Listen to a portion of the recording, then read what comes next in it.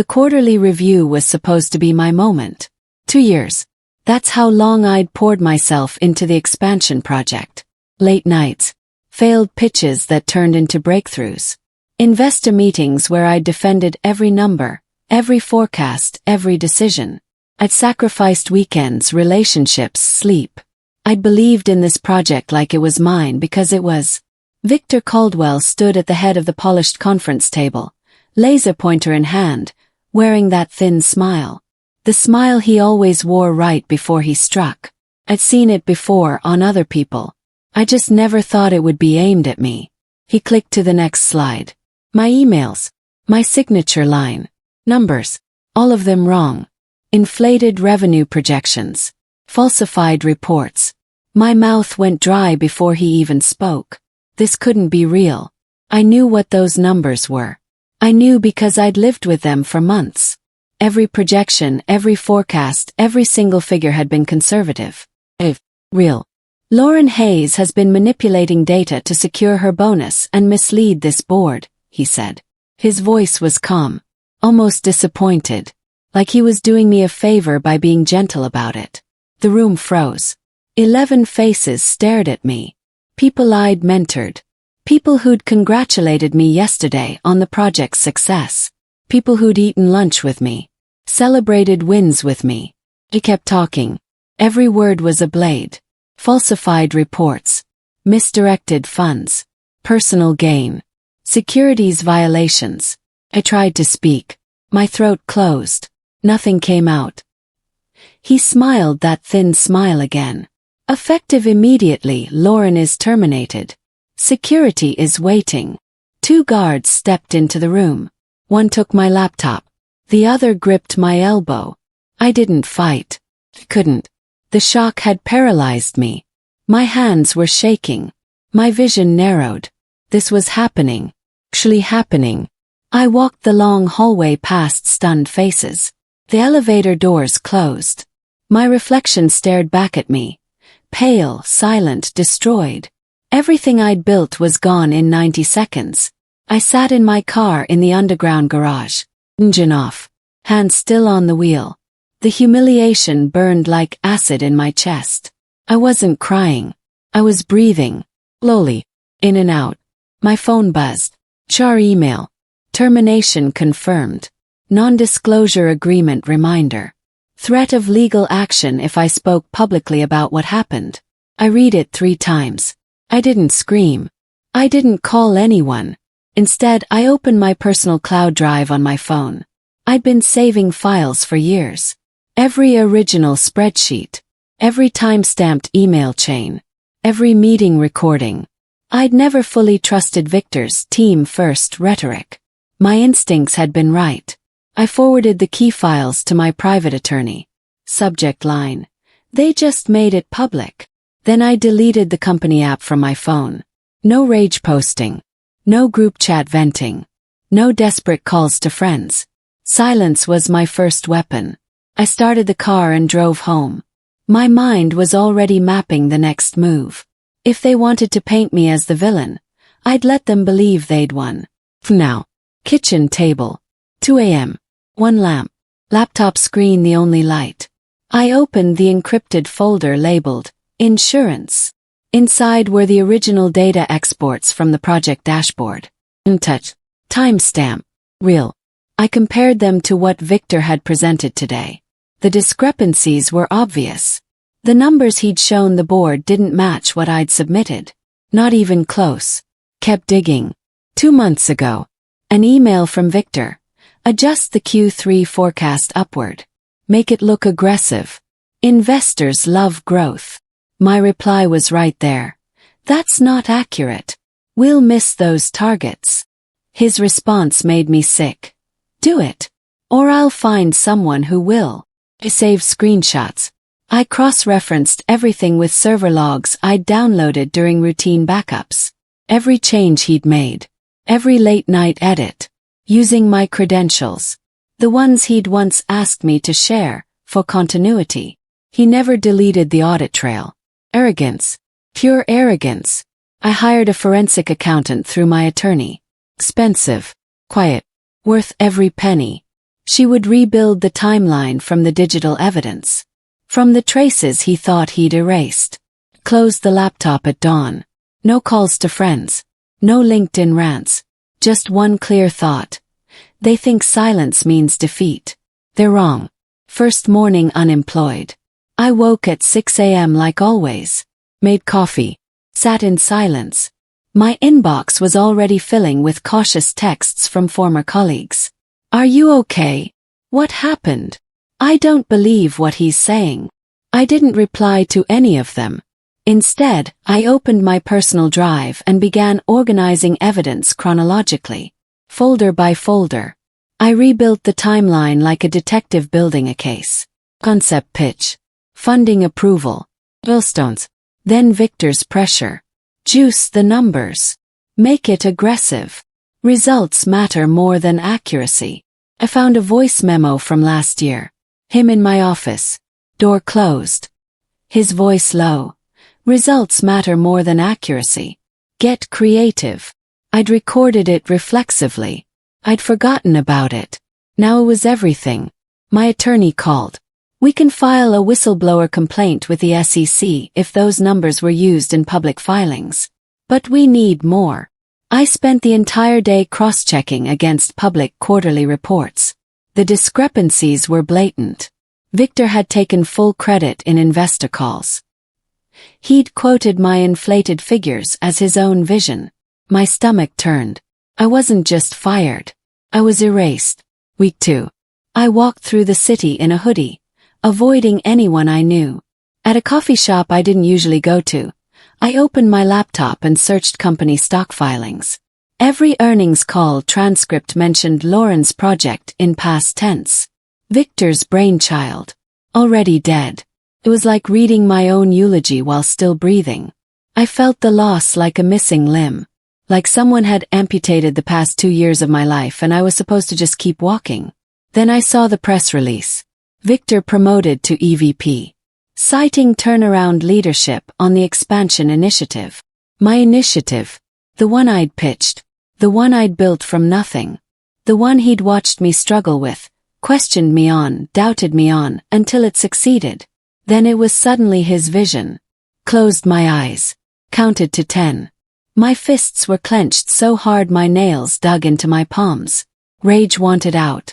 It wanted to scream. It wanted to post. It wanted to burn everything down. I didn't let it. Not yet. Instead, I opened a new document. Victor Caldwell, Pattern of Conduct. I listed every instance I could recall. Credit theft on smaller projects. The Midwest expansion. That was supposed to be Jenkins's win, but Victor presented it. Blaming juniors for his delays. Making them work 90-hour weeks, then taking vacations while they covered his work. Forcing overtime, then taking credit for the results. I added witnesses' names. People who'd seen it but stayed quiet because they were afraid. 'Cause he had power. I wasn't building revenge yet. I was building a map. A map of his entire history. His pattern. His predictability. My phone rang. Unknown number. I let it go to voicemail. The message was from a junior analyst I'd mentored, a kid named Sophie. They're saying you sabotaged the project.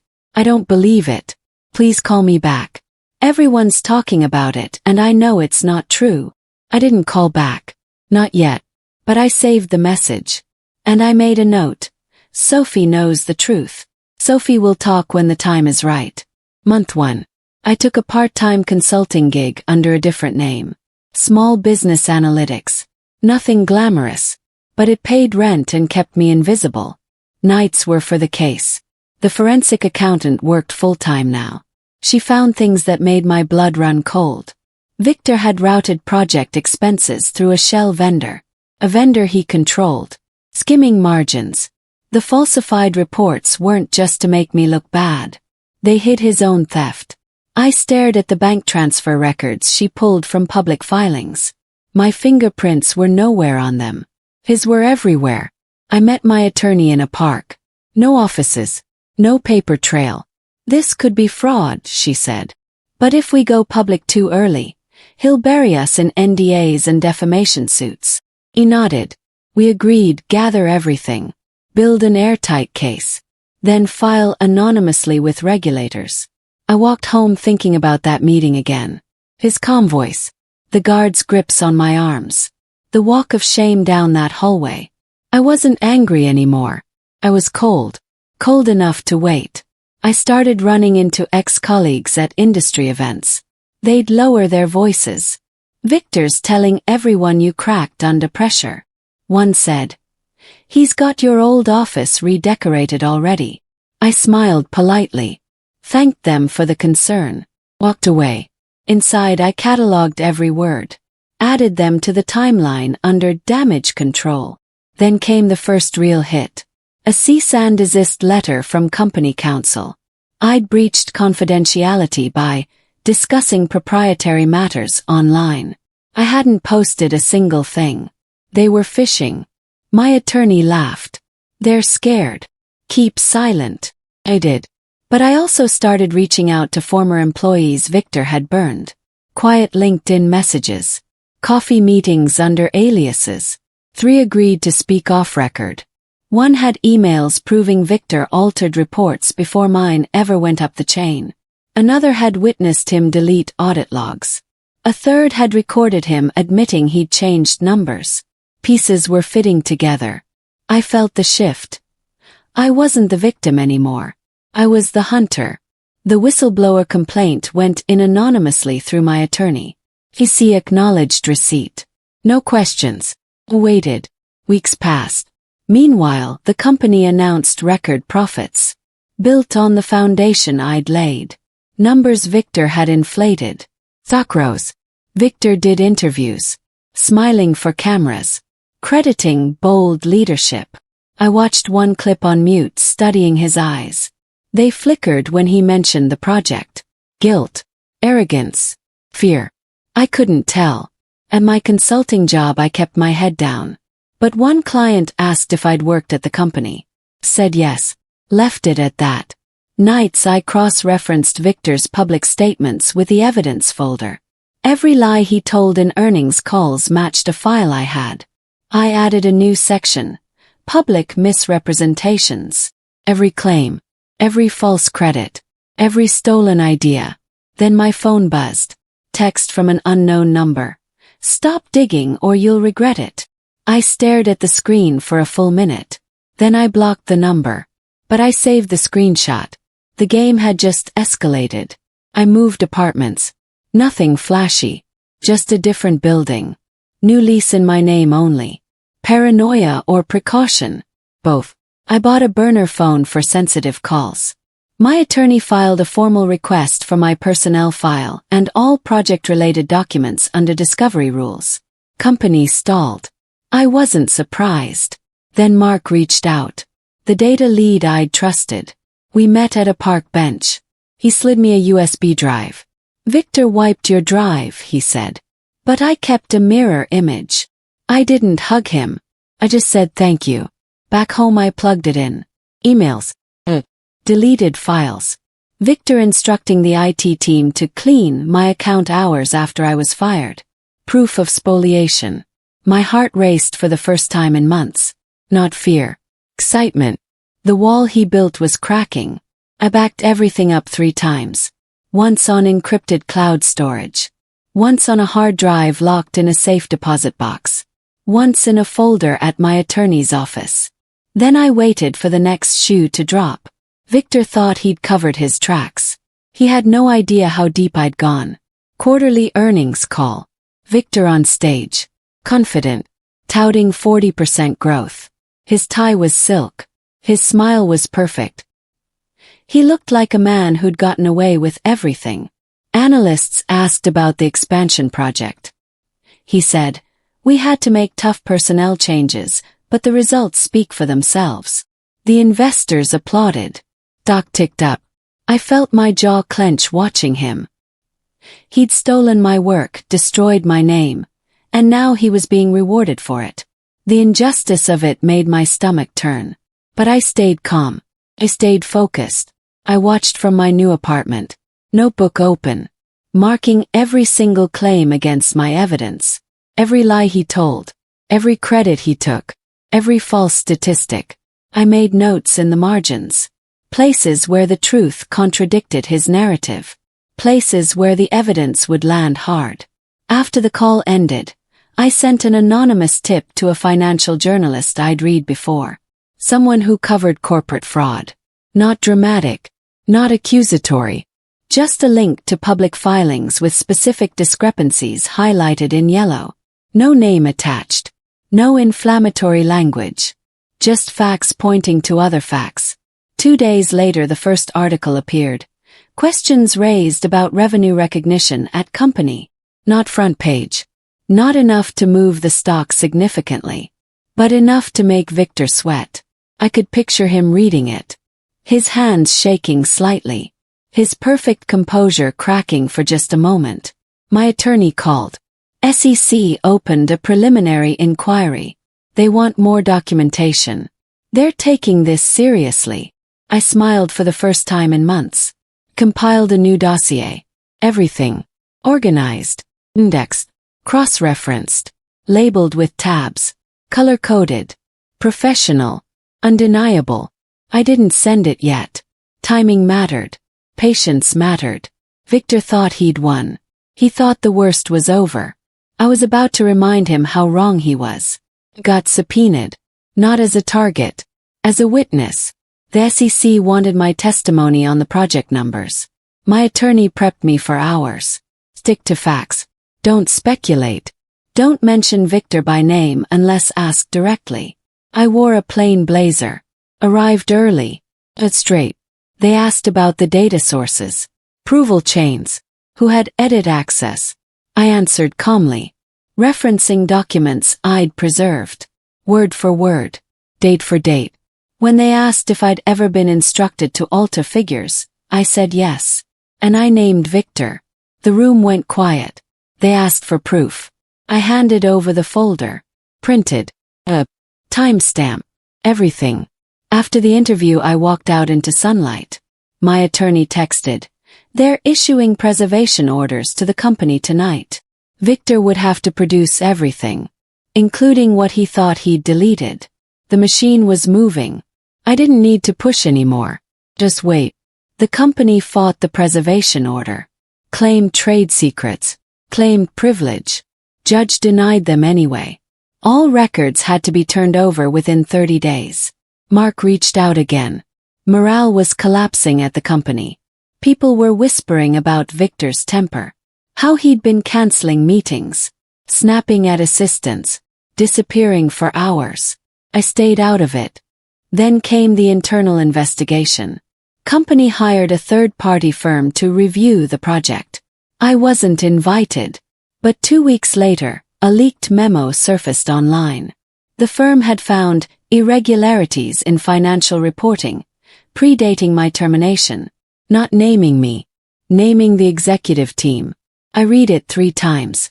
Victor's name was redacted, but the timeline matched his involvement exactly. I saved the PDF.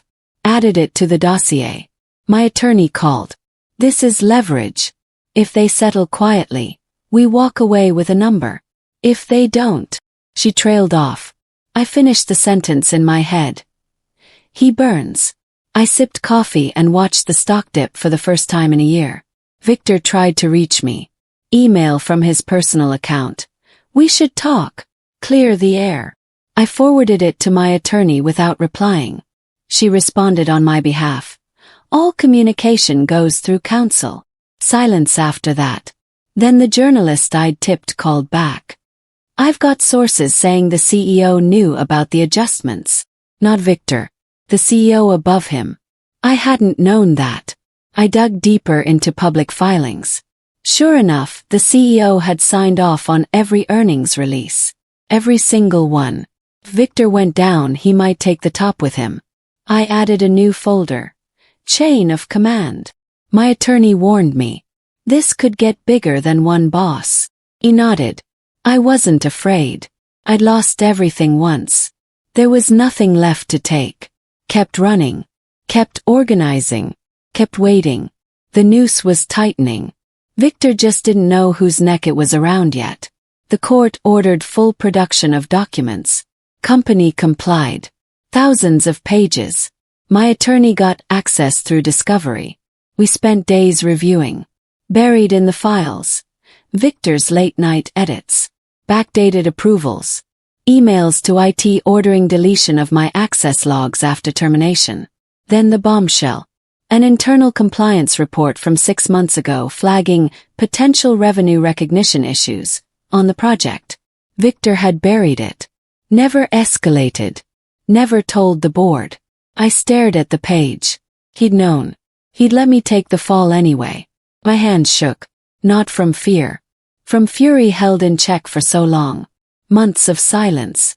Months of waiting. And there it was. Proof. My attorney said, "This is criminal if it's material." We prepared an amended whistleblower filing. I added my testimony transcript. The SEC expanded the inquiry to include executive misconduct. Closed my laptop. Outside rain started. I watched it streak the window. The truth was finally moving. And it was moving fast. The first reversal hit like a slap. SEC issued a statement. Preliminary review finds no evidence of intentional fraud by former employee Lauren Hayes. My name cleared. Publicly. They printed it in every major business publication. But no mention of Victor. No charges filed. No investigation expanding. Stock jumped back up like nothing had happened. Like my 2 years of work had meant nothing. Industry forums lit up immediately. See? She was the problem. Typical disgruntled employee. She was just trying to cover her own failures. I read those comments at 3 a.m. heart pounding. All the work. All the silence. All the patience. And they were still winning. They were still painting me as the villain. The SEC had cleared my name but hadn't exposed him. They'd closed the door on the investigation. Or at least they'd made it look that way. My attorney called, her voice careful. "They're spinning it. The inquiry is technically ongoing, but they're letting the narrative settle. They're controlling the story." I felt the air leave the room. The walls seemed to close in. For a moment, I wondered if I should just give up. If I should accept that the system didn't work. That powerful men protected other powerful men. That evidence didn't matter. That truth didn't matter. I sat in the dark for an hour, replaying the meeting in my head. Victor's smile. The guard's grips. The walk of shame down that hallway. Then I opened the dossier again. One file I hadn't sent yet. The shell vendor payments. The ones nobody knew about. The money that didn't add up. The offshore transfers. I cross-checked with the SEC's public database. The vendor was linked to Victor's brother-in-law. Not direct, but close enough. Very close. I forwarded it to my attorney with one line. "They think it's over." It's not. I wasn't done. Not even close. I was just getting started. Victor gave a company-wide town hall. Live streamed. He stood at the podium. "Hey, perfect." Voice steady. "We've weathered an unfortunate distraction. The project is stronger than ever. Moving forward, we're recommitting to integrity." Applause. I watched on my laptop, jaw tight. Then he said it. "We've resolved all outstanding personnel matters fairly." My phone buzzed immediately. Former colleagues texting.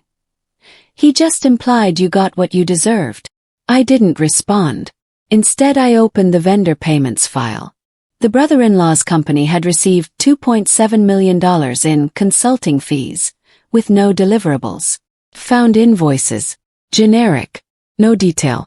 Then a bank statement attached to discovery. Transfers to an offshore account in Victor's name. Not hidden well. Arrogance again. I sent everything to the forensic accountant. She called back in an hour. "This is money laundering territory." My pulse steadied. The twist wasn't the clearance. It was what came next. I drafted a supplemental filing. This time no anonymity. My name on it. The supplemental whistleblower report landed. I attached my name. My testimony. The vendor trail. The offshore transfers. GC acknowledged within hours. Then the DOJ got involved. Cross-agency referral. My attorney warned. "Victor's going to come after you hard now." He did. Company filed a defamation suit against me, claiming I was spreading malicious falsehoods to damage the stock. They asked for $10 million. I read the complaint in bed. Coffee cold. I laughed once. Short and bitter. My attorney filed a motion to dismiss, attaching the same evidence. Judge granted expedited discovery. Victor's lawyers scrambled. Meanwhile, the journalist published Part 2. Executive linked to offshore accounts in ongoing probe. Stock dropped 12%. I didn't celebrate. I just kept reading the filings. Then a new email from Mark. Victor's on leave. Effective immediately. No reason given. I stared at the screen. The board had blinked. But I knew Victor. He wouldn't go quietly. Victor hired a crisis PR firm. Articles started appearing everywhere. Disgruntled ex-employee wages, personal vendetta. Op-eds questioning whistleblower motives. Paid influencers on LinkedIn calling me unstable. I didn't respond. I didn't need to. The DOJ subpoenaed Victor personally. He lawyered up. Refused to testify. Then the twist. His brother-in-law flipped. Quiet plea deal. Testified that Victor directed the shell company. Used it to funnel bonuses. Hid the trail. I read the sealed affidavit when it leaked to my attorney. My name wasn't mentioned once. I was collateral. But now the real target was Victor. I sat on my couch, lights off, watching the rain. The board issued a statement. We are cooperating fully. Translation: Victor was alone. I felt nothing yet. Not relief. Not victory. Just clarity. The house he built on lies was collapsing. And I was still standing outside, watching every brick fall. The criminal indictment came down. Wire fraud. Securities fraud. Conspiracy. Victor's face on every financial news site. Arraignment. Bail set at $5 million. He posted it. My attorney called. They're offering you witness protection if you testify. Said no. I wasn't hiding. I prepared my deposition carefully. They asked about every meeting, every email, every time Victor pressured me to cross a line. I answered factually. Only. Controlled. When they asked why I waited so long, I said, I wanted the truth to come from evidence, not emotion. The prosecutor nodded. After I walked out into the courthouse hallway. Reporters outside. Kept my head down. No comment. Back home, I opened a bottle of wine alone. The stock was down 40%.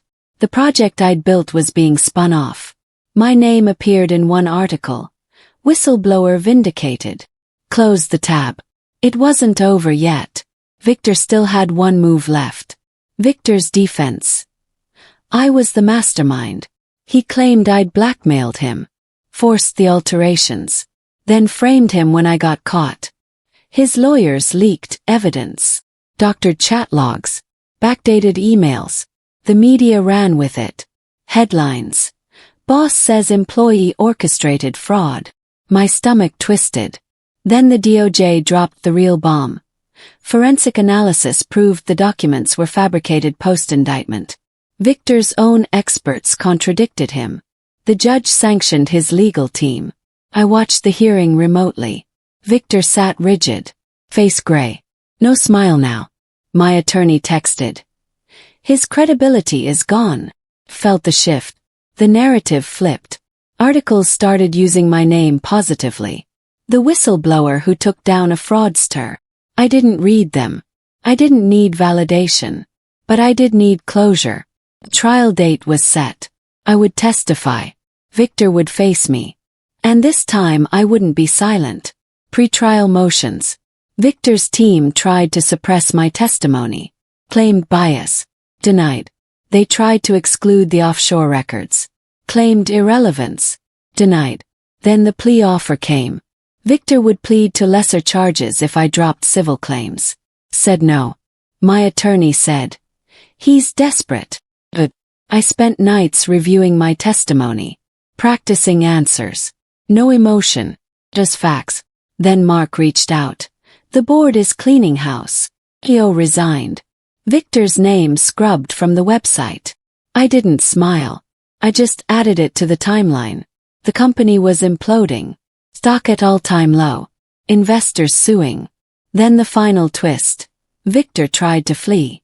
Caught at the airport with a one-way ticket. Bail revoked. He was in custody. I stared at the news alert. My hands were steady. The man who'd taken everything was finally caged. But the story wasn't finished. Trial week. I walked into the courtroom in the same blazer I'd worn to my SEC interview. No makeup. No nerves. Victor sat at the defense table. Thinner. Hollow. He didn't look at me. The prosecutor called me first.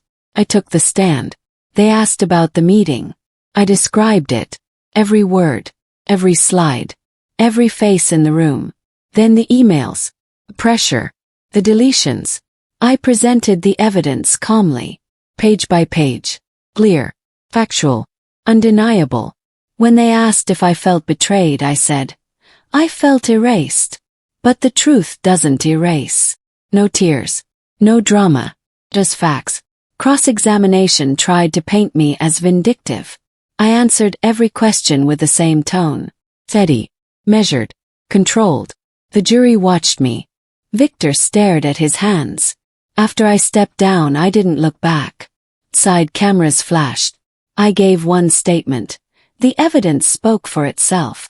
Then I walked away. The verdict was coming. I already knew what it would be. Guilty on all counts. Wire fraud. Securities fraud. Obstruction. Victor sentenced to 12 years. No parole eligibility for 8. The courtroom was silent when the gavel fell. I sat in the gallery, anonymous, watching him led away in cuffs. No smile. No triumph. Just closure. The judge ordered restitution. $14 million to the company and investors. My portion would come later. I walked out into the daylight. My attorney met me on the steps. You did it, she said. I shook my head. The truth did it. We shook hands. I went home. No party. No post. Just quiet. The next day the company issued a formal apology. Letter to shareholders. Name-checking me. We failed to protect an employee who acted with integrity. I read it once. Then deleted the email. I didn't need their words. Had my life back. 6 months later. I started my own consulting firm. Data integrity and ethics audits. Small at first. Then clients came. Companies who'd watched the case. Wanted to avoid the same fate. I hired Mark as my lead analyst. We worked out of a bright office with windows. No hierarchy. No pressure to adjust anything. I spoke at industry conferences. Quietly. Based. About the cost of silence. People listened. My name wasn't a liability anymore. It was a credential.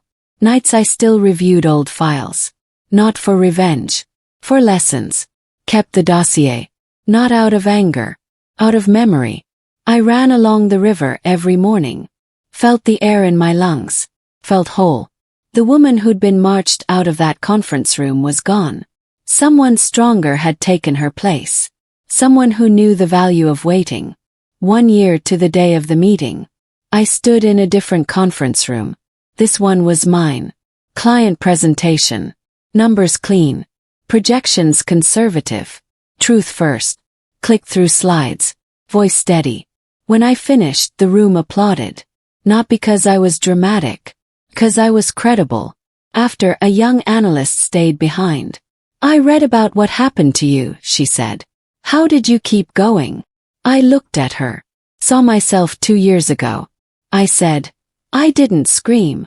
I collected evidence. I stayed silent until the moment mattered. And when it did, I spoke the truth. She nodded. Eyes wide. Smiled. Real. Later, alone in my office, I opened the window. City noise came in. I thought about Victor. Locked away. Reputation destroyed by his own choices. I felt nothing toward him. Not hate. Not pity. Just distance. Closed the laptop. The story was over. Had my life back. And this time no one could take it.